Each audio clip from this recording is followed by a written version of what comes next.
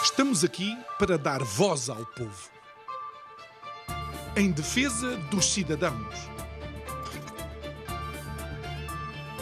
pela dignidade humana. Todos temos deveres, mas também todos temos direitos. Será que existe justiça? Isto é o povo a falar.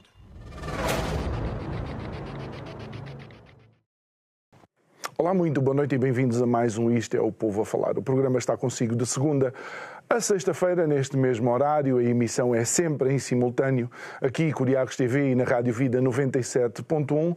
E o meu nome, como pode ver em rodapé, é João Nuno Pinto, e é sempre com muito gosto que diariamente, pelo menos nos dias úteis, estou consigo ao final da noite nestas conversas com os nossos convidados. E, precisamente, nestas conversas temos tentado diagnosticar algumas das grandes dificuldades ou alguns dos grandes problemas que vão assolando não só Portugal, mas também o mundo inteiro. E, ao longo destes anos, alguns convidados foram precursores de frases que foram ficando na minha memória e, obviamente, também na memória coletiva do nosso programa. E uma dessas frases foi, após eu perguntar sobre a saúde da nossa democracia, a convidada a responder-me: democracia, João Nuno, mas qual democracia? Já há muito tempo que não vivemos em democracia.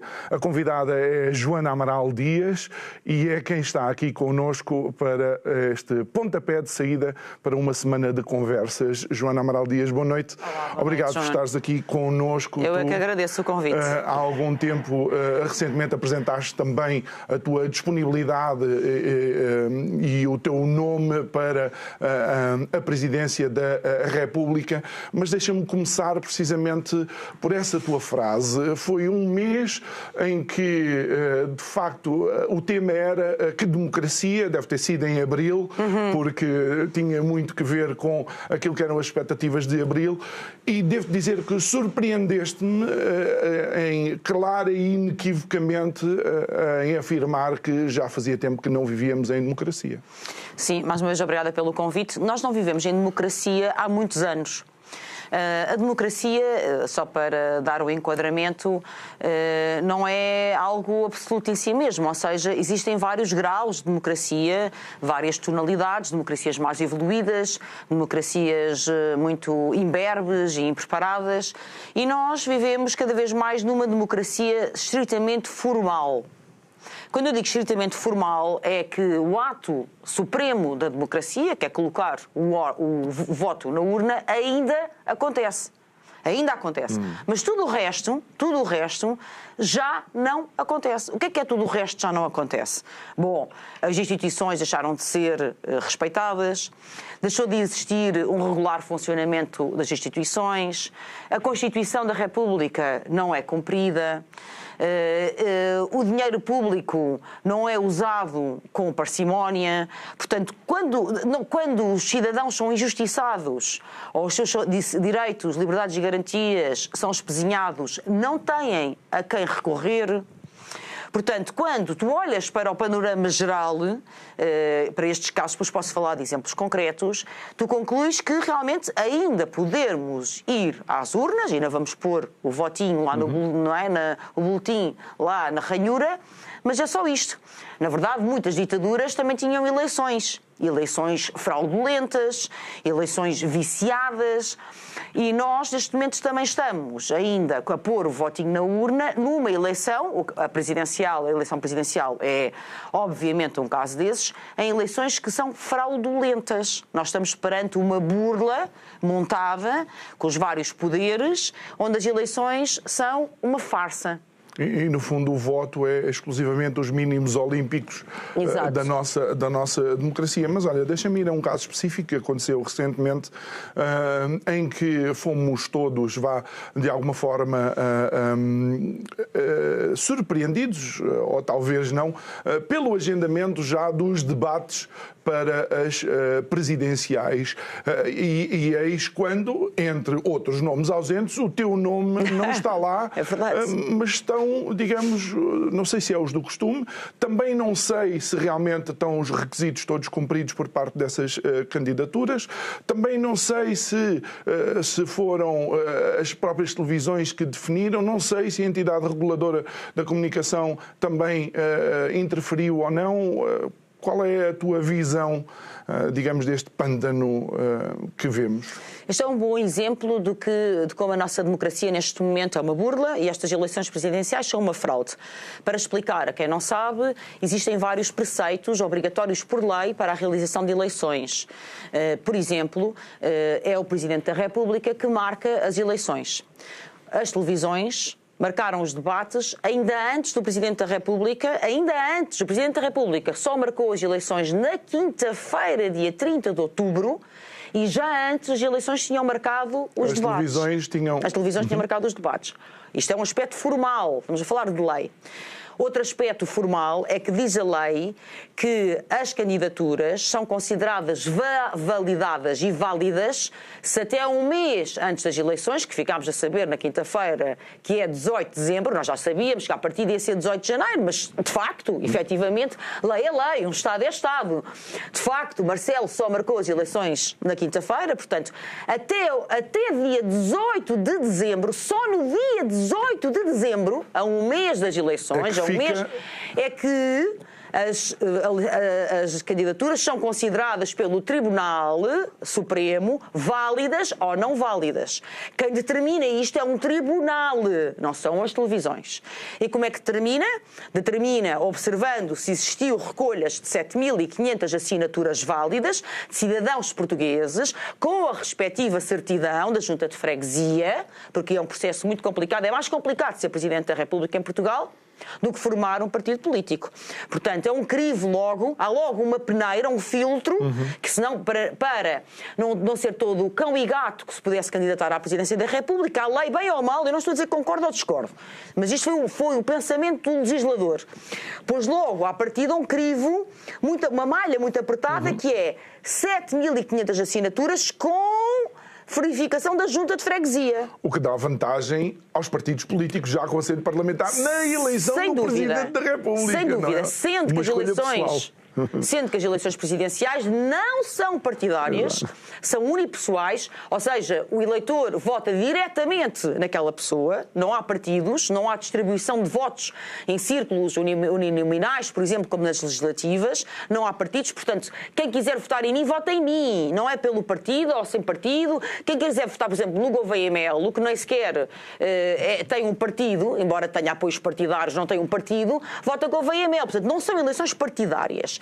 Portanto, na verdade, só o Tribunal, no dia 18 de dezembro, e ainda estamos longe do dia 18 de dezembro, caramba, ainda estamos longe, admite essa verificação de assinaturas. Porque, por exemplo, há candidatos que ainda não acabaram de recolher as assinaturas, há candidatos que dizem que já recolheram, mas ainda não existiu a verificação do Tribunal, e há candidatos que só vão recomeçar a recolher agora. Por exemplo, o candidato livre, existindo, só recomeça a recolher agora, certo? Muito bem. Portanto, o que é que as televisões estão a fazer? Estão a pisar o Presidente da República, quando marcam debates para dia 18 de novembro, um mês antes do Tribunal terminar e 2 meses antes das eleições, estão a passar por cima do Presidente da República, estão a passar por cima da Constituição da República Portuguesa, que no seu artigo 113 determina com clareza que tem que existir equidade de tratamento entre as candidaturas. Porquê? Porque se não existir, então são as televisões ou outra pessoa qualquer que está a determinar quem é que vai ganhar. E não pode ser. Os portugueses têm direito a escolher, que as pessoas que nos estão a ver, você que me está a ver aí em casa, tem direito a se escolher entre todos os candidatos, tem direito a saber, a ser informado de quem são os candidatos. As televisões, se existem 10 candidatos e as televisões só apresentam 5, obviamente não há equidade no tratamento das candidaturas. Portanto, as televisões cilindram tudo isto por cima da Constituição, do Presidente, tudo isto, e ainda por cima não têm nenhum critério válido para o fazer. Deixa-me de alguma forma mostrar algumas das desculpas que lemos, algumas das justificações. Primeiro, dizem que escolheram os candidatos dos partidos que já têm assento parlamentar. Bom, Primeiro, estas eleições, já além de serem uninominais e não terem... Por exemplo, no meu caso, eu tenho apoio, tenho já o apoio, o endorsement, o endosso do ADN, mas também vou ter o endosso de outros partidos, que ainda não revelei, mas vou ter, e de associações, movimentos, etc. Há outros candidatos, como Gouveia Melo, que não têm o endosso de nenhum partido, mas tem lá pessoas de partidos. Por exemplo, tem lá como mandatário nacional o Rui Rio, que foi presidente e líder do Partido Social Democrata durante muitos anos, certo? E depois há os candidatos que são presidenciais, são partidários no sentido mais direto da palavra. Por exemplo, nós sabemos que a Catarina Martins só é candidata porque o Bloco de Esquerda foi apostar nesta candidata porque, enfim, a esquerda não se conseguia unir e o Bloco de Esquerda tenta fazer uma prova de vida. O próprio António José Seguro não tem o apoio de nenhum partido. Agora teve o apoio do PS, mas partiu sem o apoio do PS. Portanto, esse critério é mentiroso, é uma fraude. E mesmo em relação, por exemplo, à questão do LIVRE, penso que o LIVRE está em eleições internas. O LIVRE esteve. Portanto, vamos ver a história do LIVRE. O LIVRE, o candidato Jorge Pinto, foi incluído nestes debates de 18 de novembro.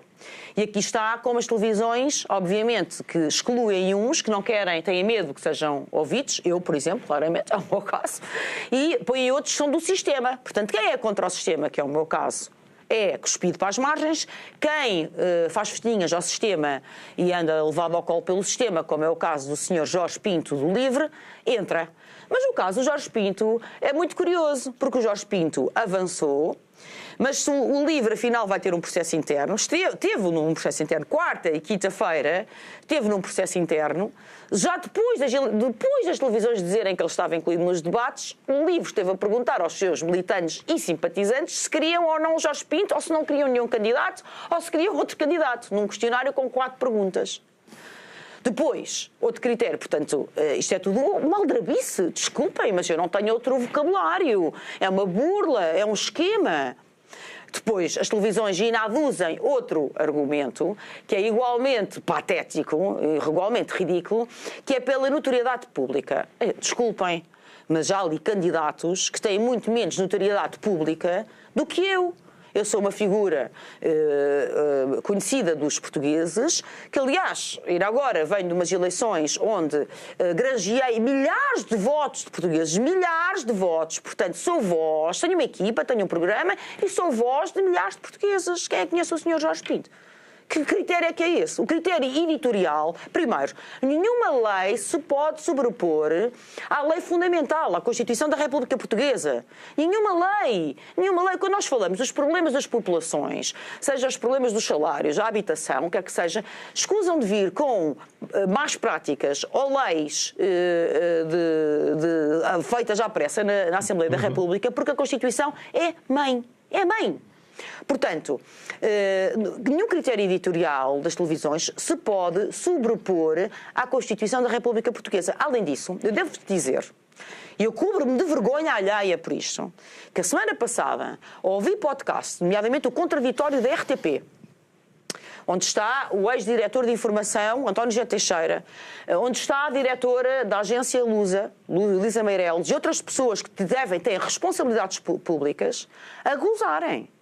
A dizerem, fora dos debates, vão ficar, e a notícia ainda não tinha saído, mas já se conseguia perceber entre linhas por aquele podcast, fora do debate vão ficar pessoas como a Joana Amaral Dias ou o time de Rãs a rirem-se.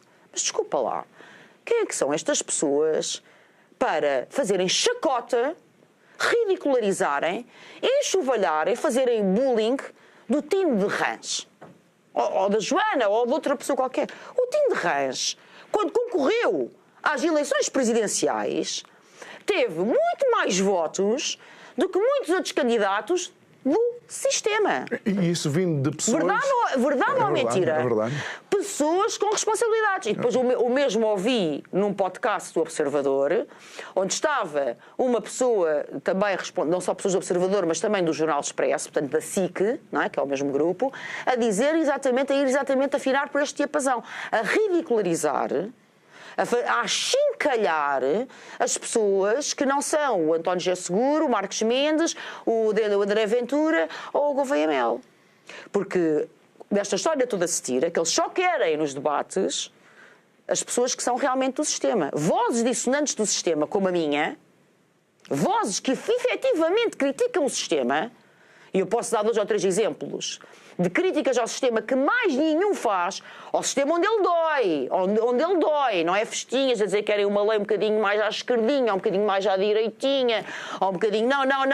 Onde dói, a única pessoa sou eu. E é por isso, essa é a verdadeira razão, como veem todos os outros critérios, são critérios fantoches, são mentiras, mentiras, M-E-N-T-I-R-A-S, mentiras, produzidas, proferidas por pessoas com muita responsabilidade na sociedade portuguesa. A verdadeira razão pela qual não me querem nos debates é porque eu sou uma voz incómoda.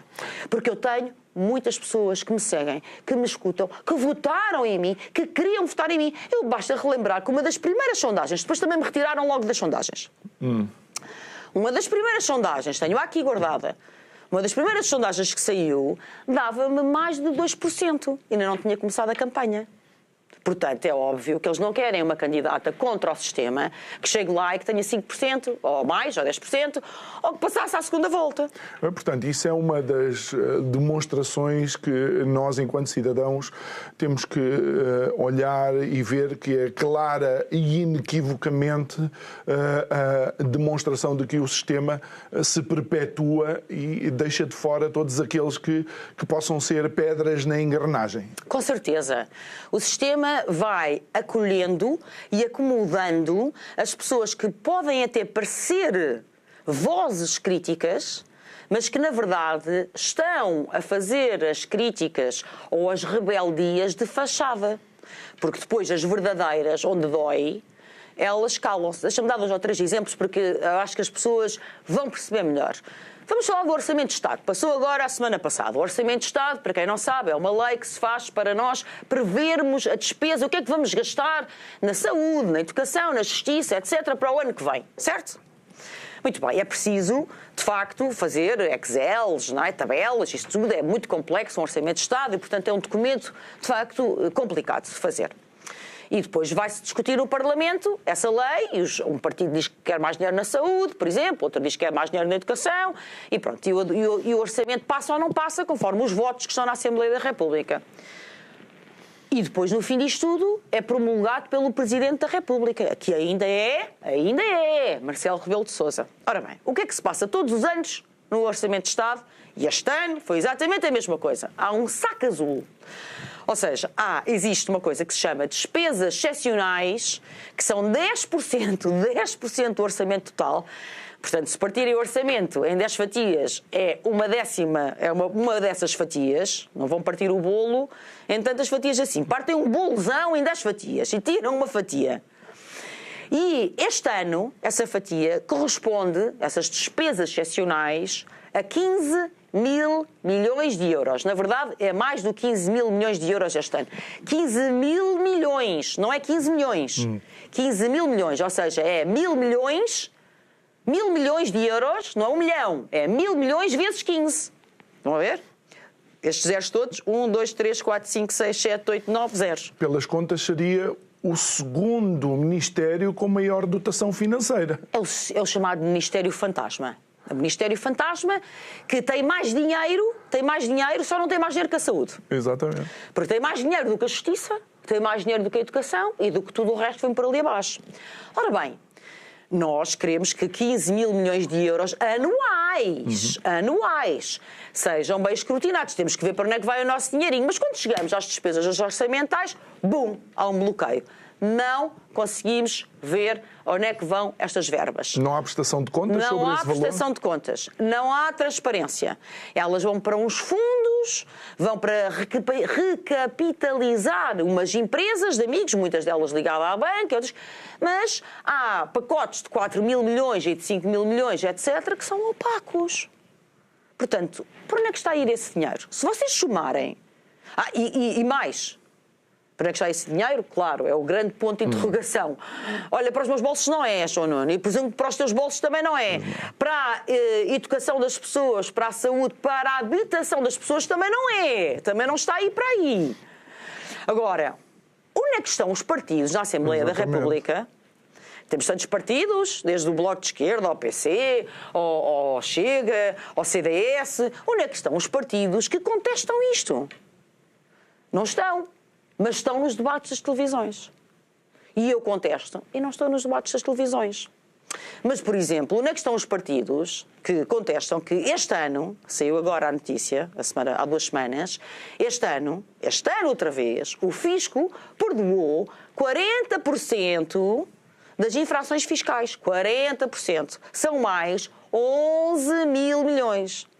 Ou seja, os 11 mil milhões das dívidas ao fisco foram perdoadas. Olha, mas não é ao contribuinte comum. Pois. Porque as pessoas que nos estão a ver e a ouvir esta noite sabem que se deverem 10 cêntimos, o fisco, ou a Segurança Social, ou quem for, vai atrás delas. Portanto, a quem é que o fisco perdoa isto? Às empresas do regime, às EDPs, às Galpes, à banca. Portanto, essa imensa massa de dinheiro também não foi cobrada. Ou seja, também não entrou nos cofres. Portanto, por um lado temos 15 mil milhões a saírem para a parte incerta e temos 11 mil milhões, ponto não sei quê, que não entram. Tudo junto, porque faz um bolo de cerca de quase 28 mil milhões de euros. Eu vou arredondar para 30 mil milhões de euros. Sabes porquê? Porque eu estou a falar só da crosta do roubo. Estou só a falar daquilo que está nas notícias. Qualquer pessoa pode verificar esta informação. Está nas notícias, é verificável, que é roubado no Orçamento de Estado 15 mil milhões, este ano, e no Fisco mais de 11 mil milhões. Mas depois que nós sabemos que há muitos outros dinheiros que andam por aí. Vamos dizer que são 30 mil milhões já descarada, à cara podre. Ora, 30 mil milhões de euros, para as pessoas terem uma ideia do que é que são 30 mil milhões de euros, são 1000 euros por segundo. 1000 euros por segundo. 1000 euros por segundo.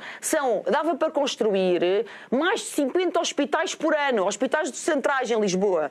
Dava para construir 2 aeroportos por ano. Todos os anos. Todos os anos. Porque nós estamos a falar de uma coisa que aconteceu de um cisne negro. De um acontecimento isolado. Não, nós estamos a falar de uma coisa que se repete sistematicamente ano após ano. Sim, porque isto não é um orçamento para a legislatura. Não. Isto é um orçamento para todos os anos. Joana, e, portanto, mas há aí outra coisa outro filtro que falha. Então, o trabalho do Presidente da República deveria ser também alertar para esta situação e, podendo ou não interferir, pelo menos ser uma voz em prol dos cidadãos portugueses. Ora bem, isso seria verdade se o Presidente da República estivesse do lado do povo. Se o Presidente da República estivesse em Belém a zelar pelos direitos dos portugueses, pelos interesses de Portugal, isso seria verdade. Só que o Presidente da República faz parte dos beneficiados com este Orçamento de Estado. Porquê? Porque dentro do Orçamento de Estado também está o orçamento para a Presidência da República. E pasme-se, este ano, o orçamento para a Presidência da República é por contribuinte 13 vezes mais, 13 vezes mais do que a Casa Real Espanhola. O ano passado tinha sido 11 vezes mais. Este ano, porque isto é o fartar vilanagem, não é? A tripa forra, não há cá travões. Portanto, o povo cada vez não consegue, com a inflação a subir, pagar a conta do supermercado, cada vez leva menos para casa. O povo não consegue comprar casa. O povo vê os preços dos combustíveis absolutamente insuportáveis, etc. Mas o Presidente da República anda bem montado no seu Falcon, que custa milhares de euros à hora, e o ano passado gastou mais 11 vezes do que a Casa Real Espanhola por contribuinte, e este ano mais 13 vezes. Vocês vejam bem, é assim, a Casa Real Espanhola é altamente contestada em Espanha. Muitos espanhóis acham que aquilo é despesista, sumptuário, demasiado luxuriante. Aliás, a Casa Real Espanhola, todos os anos, não esgota o seu orçamento. Porquê? Porque anda ali vigilia, não é? Ao cêntimo. Tu foste contestada quando apresentaste essa informação recentemente. Assim e houve um fact-checking, ou lá o que assim que veio dizer que eu estava a mentir. E que o Presidente da República não gastava nada mais 11 vezes, nessa altura ainda era 11. Mas como não tem pinga de vergonha, mesmo depois de haver denúncias, continua a aumentar e agora é 13. Veio dizer que não, como me tinha enganado, que era só 2. Bom, se fosse só 2 já era uma vergonha. Porque Espanha é um país 5 vezes maior que Portugal, que é uma das principais economias europeias e nesse aspecto, infelizmente, põe Portugal no chinelo. Esta é que é a verdade. Esta é que é a verdade. E, portanto, se fosse só 2 vezes já era mal demais. Mas não é só 2, são 13. São 13. Portanto, o Presidente da República, que tem que dar o exemplo, aliás, Se eu fosse Presidente da República, eu começava por aí. Porque nós temos uma organização hierárquica no Estado português. No topo está o Presidente da República. Depois está o Primeiro-Ministro nomeado pela Assembleia da República e a Assembleia da República com os seus deputados, cuja mais nobre função é representar o povo português. Depois temos as autarquias, que também é Estado. Alô, as autarquias também são Estado. As pessoas pensam que as autarquias não são Estado.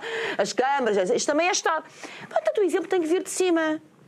O exemplo tem que vir de cima, tem que haver um voto de pobreza. Não é para o Presidente da República andar de sandálias de pescador ou viver e se andasse também não tinha, se fosse um Mujica também não tinha mal nenhum, mas não é para ser pobre, mas não, é para dar dignidade aos portugueses e também representar os portugueses com dignidade, não é? Tem que ter muita parcimónia no uso do dinheiro público. O voto de pobreza para isso. Especialmente por aquilo que sofremos. Eu não me importava, e só porque eu gosto de aviões, o Falcon 50 é uma porcaria, deixa-me dizer-te. Pois, eu sei. Há aviões muito melhores, não é?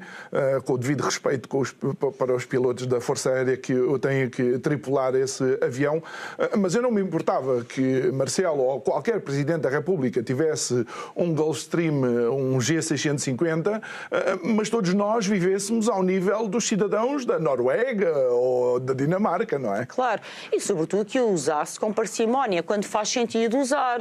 Não é, por exemplo, o Presidente da República, como aconteceu aqui há uns meses, que estava a passar o fim de semana em Monte Gordo, num hotel, e quando o Montenegro veio falar às televisões por causa da SPI não viva, o Marcelo Rebelo de Sousa decidiu alugar o Falcon para vir ver ao Palácio de Belém a televisão. Então não podia ter visto televisão lá embaixo em Monte Gordo?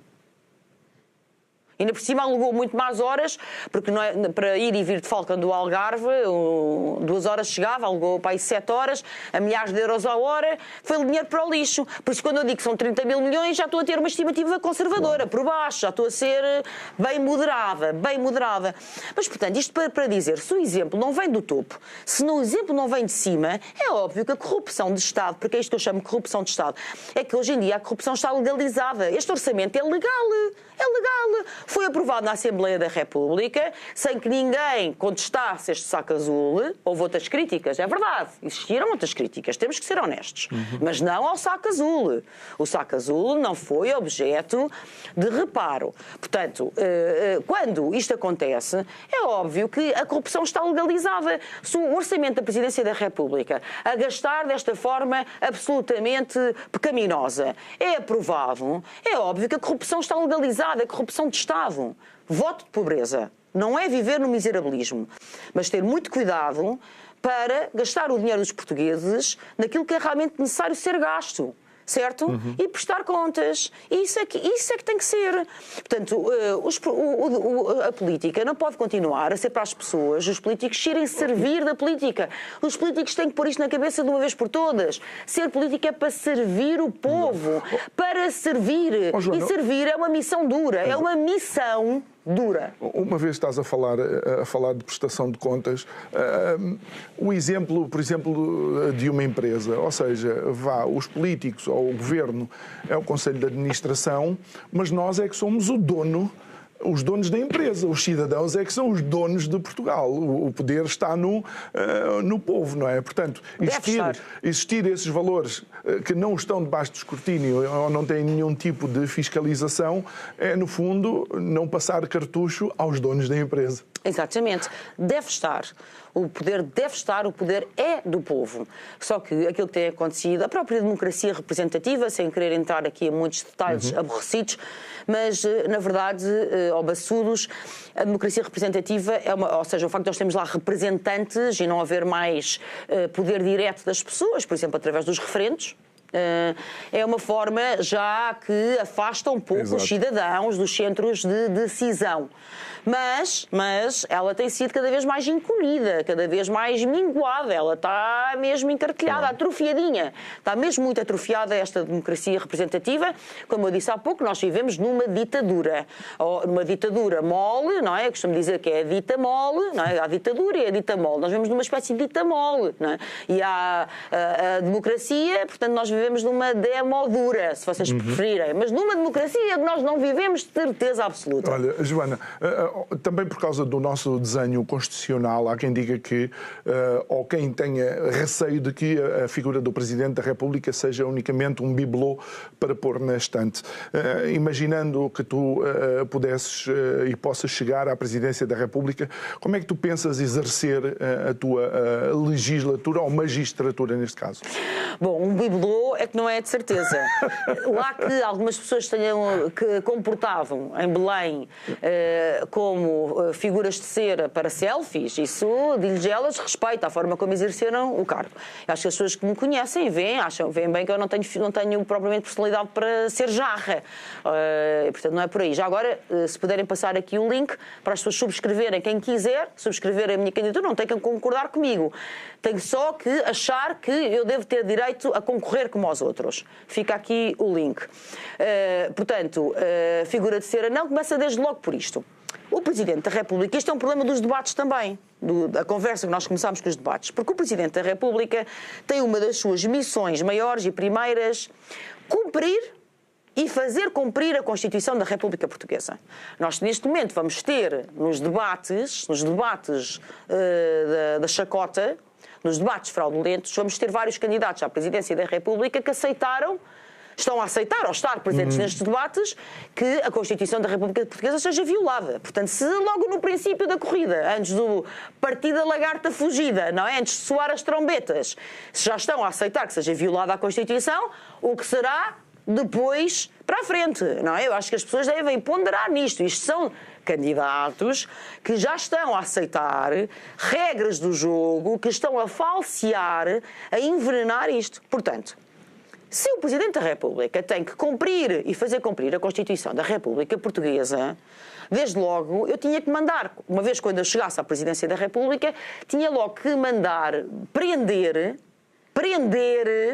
vários governantes. Porquê? Olha, por várias coisas. Existe um crime que está tipificado na Constituição da República Portuguesa, que é o artigo 300 e tal, que diz que quem cometer um crime de lesa pátria dá direito à prisão. Que crime de lesa pátria é esse? O crime de lesa pátria é se a pessoa abdica, se fizer com que o país venda, mercadeje a sua soberania, seja uma espécie de vendilhões do templo. Ora, não é isso que nós temos assistido estes anos todos? Quando nós estamos a ter um país que é governado não lá está, por isso é que somos uma ditadura. Não por supostos eleitos, porque isto é uma encenação, mise en scène, não é? É uma brincadeira. Somos supostamente governados por Luís Montenegro. Mas quem é que realmente manda? Quem é que são realmente os patrões? Eu digo, vocês sabem, a NATO, a OMS, o Banco Central Europeu, a FMI, a Comissão Europeia, ou seja, uma panóplia, um leque muito diversificado de instituições estrangeiras não eleitas. Não eleitas, João Nuno. Portanto, se isto não é mercadejar a nossa soberania, não é entregar em bandeja de prata a nossa... Isso é crime de traição à pátria, não é? Portanto, eu desde logo dizia assim, meninos,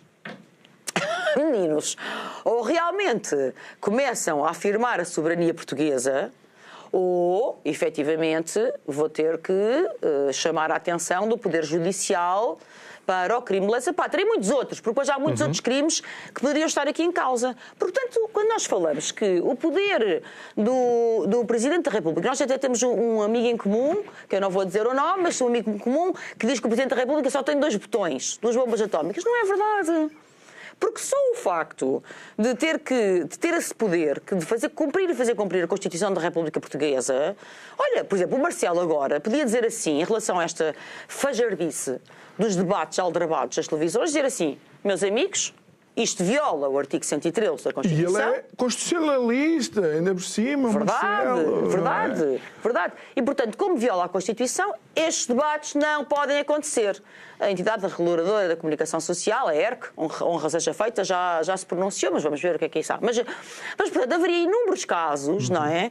Porque os cidadãos têm os seus direitos, estão consagrados na Constituição. Está lá consagrado na Constituição o direito à dignidade da pessoa humana, o direito à saúde, à habitação. Isso está tudo lá. Como é que é possível que em Portugal Como é que é possível que em Portugal existam cidadãos, e eu sei quem está a ouvir, está a passar essa situação, ou conhece quem está a passar, que tem um emprego ou 2 e não consegue pagar uma casa.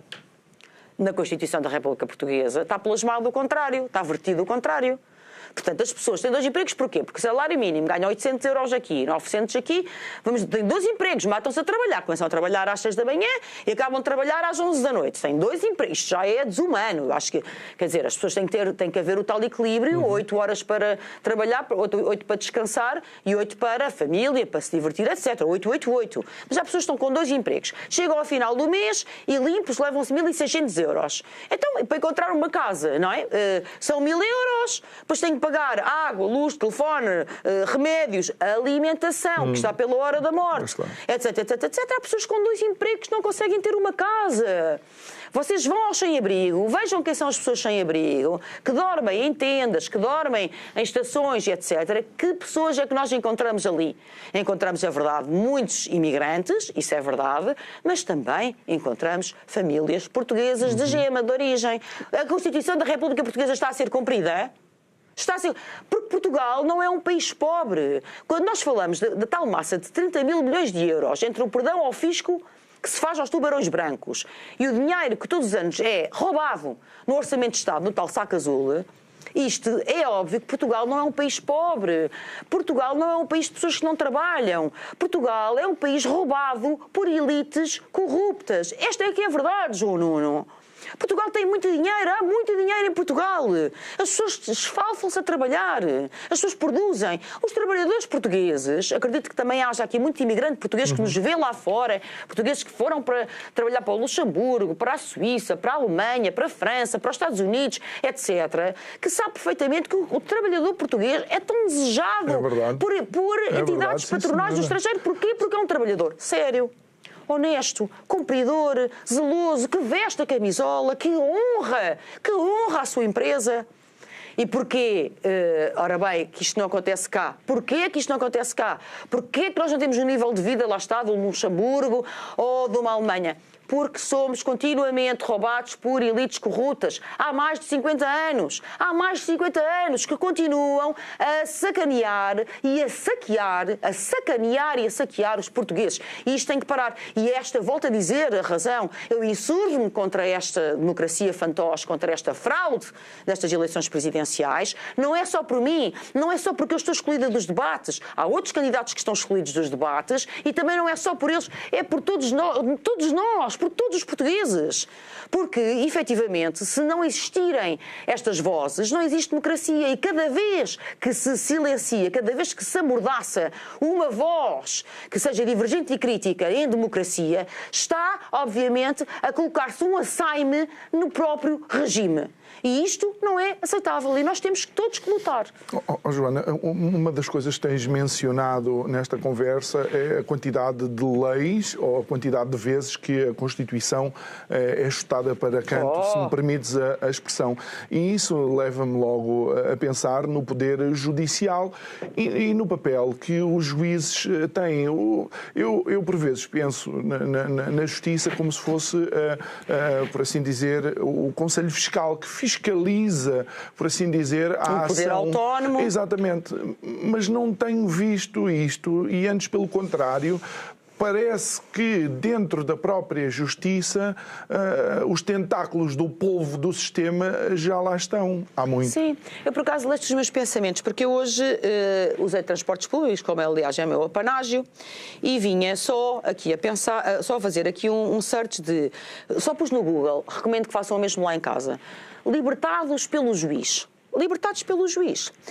E então encontrei, por exemplo, suspeito, aliás, agora, isto foi a propósito de o GNR Pedro Manata, que era um GNR cerca de 50 anos, que estava ali a patrulhar, ali no Algarve, no Guadiana, ali ao pé da fronteira, foi assassinado, teve um choque, não é?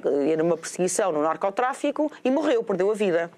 E então houve suspeitos, 2 dias depois, quer dizer, andaram ali à procura de suspeitos e encontraram suspeitos com sacos de dinheiro, um deles tinha 50.000 euros em dinheiro, não é brincadeira. Foram presentes a juiz e o juiz libertou-os. O juiz libertou.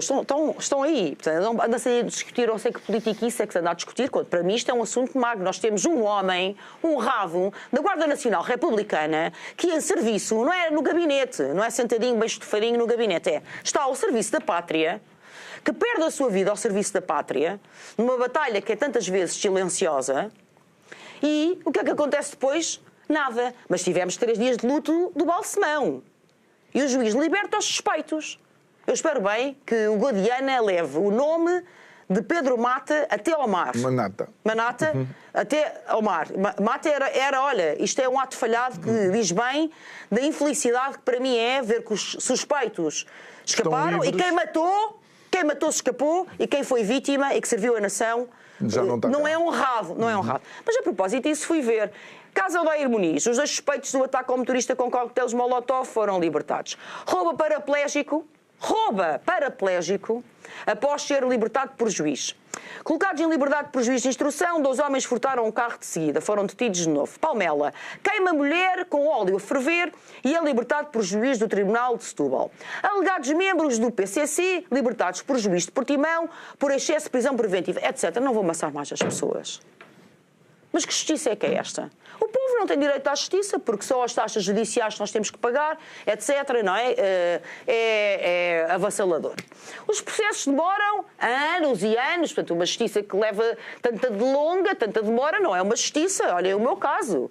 O meu pai morreu porque falhou a emergência médica em 2019, no centro de Lisboa, e nós estamos em 2025, faz agora 6 anos que o meu pai morreu, faz agora em dezembro. E ainda não houve ainda julgamento.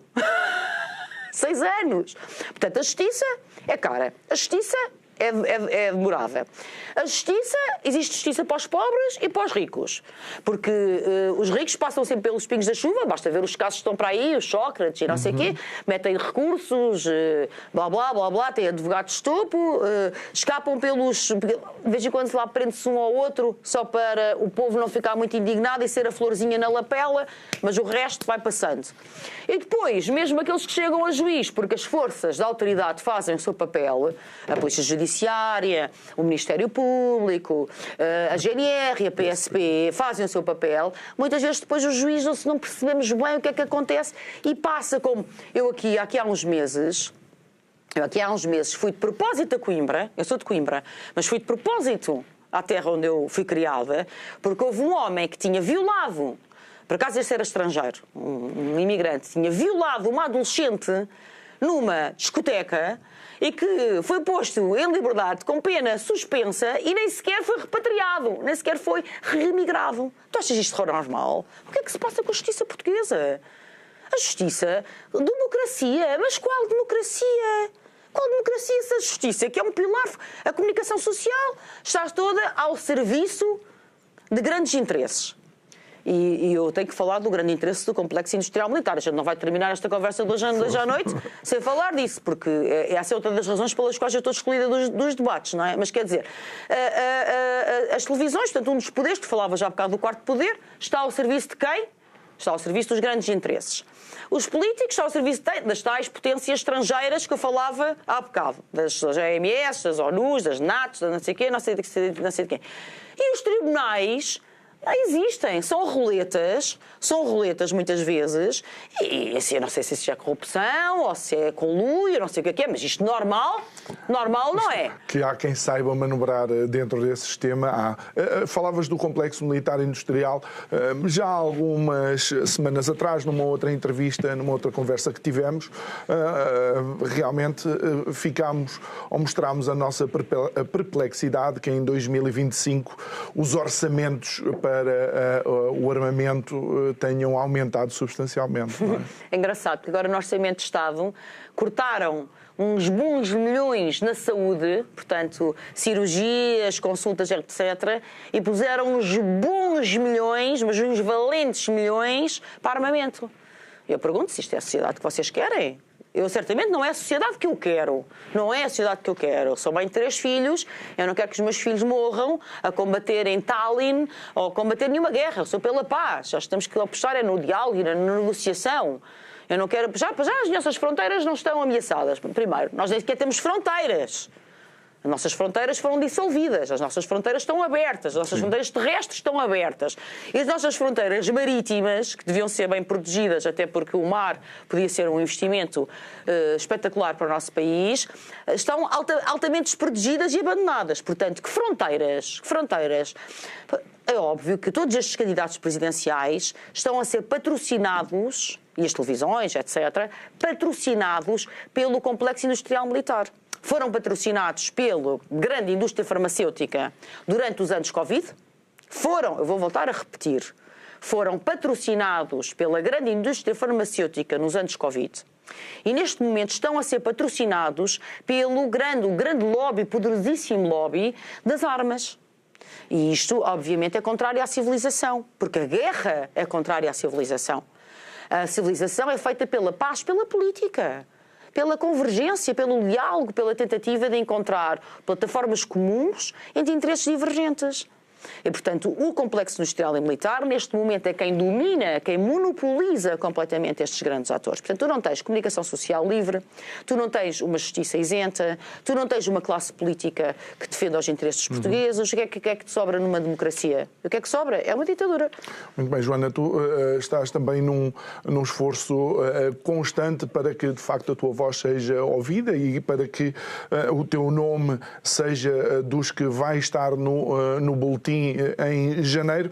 Como é que as pessoas podem apoiar ou, mesmo não concordando, como dizias há pouco, algumas das ideias, dizer, não, eu quero colocar o meu nome para que a Joana faça parte das propostas para a Presidência da República? Olha, obrigada. Quantas mais assinaturas, há um mínimo de 7.500, mas quantas mais, melhor, porque dão mais força. Portanto, seguirem o link, é um link aqui que é fácil para quem tem chave móvel digital, pode ser muito facilmente através deste link aqui, a fazer a assinatura. Não quer dizer que vá votar em mim depois.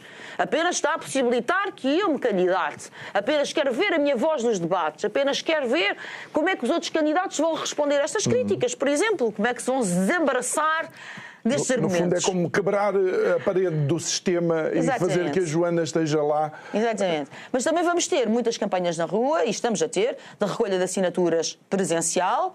Portanto, se virem uma recolha dessas, por favor, colaborem. Ou, se quiserem de outra maneira, vão às minhas páginas nas redes sociais, no Instagram, no Facebook, encontram-me facilmente, Joana Amaral Dias, e lá também tem tudo explicado, como fazer, telefones de contacto, inclusivamente. Se quiserem até colaborar com a minha candidatura, apoiar no terreno, com o seu talento, com o seu dom, juntarem a sua voz, tem lá, inclusivamente, número de telefone, onde vou pôr aqui também o número de telefone de qualquer forma. E olha, muito obrigada a todos. Lutarei sempre pelos portugueses. Joana, tu crees que esta tua postura, esta tua participação cívica, que não veio de agora, é importante também mencionar isso, foi o que te causou, e estamos mesmo nos últimos 2 minutos, um dissabor ao outro em canais de televisão onde tu eras presença diária? Sim, mas isso não me incomoda, não é? Eu acho que na vida nós temos que escolher, não é? Temos que fazer escolhas. Eu escolho estar do lado do povo português e isso tem-me valido muitos problemas, processos na ordem dos psicólogos, processos disciplinares na ordem dos psicólogos, ameaças à minha integridade física. Eu fui atacada fisicamente no dia 25 de abril no Terreiro de Paço, de 2024. Tem-me valido também expulsões já da RTP, da SIC, da TVI, etc. Tudo bem, é assim, realmente eu fiz uma opção. Fiz a opção de estar do lado dos portugueses, a servir os portugueses. E por isso eu preciso de ajuda. Eu preciso que as pessoas me deem força, porque é dessa força que eu preciso para poder continuar.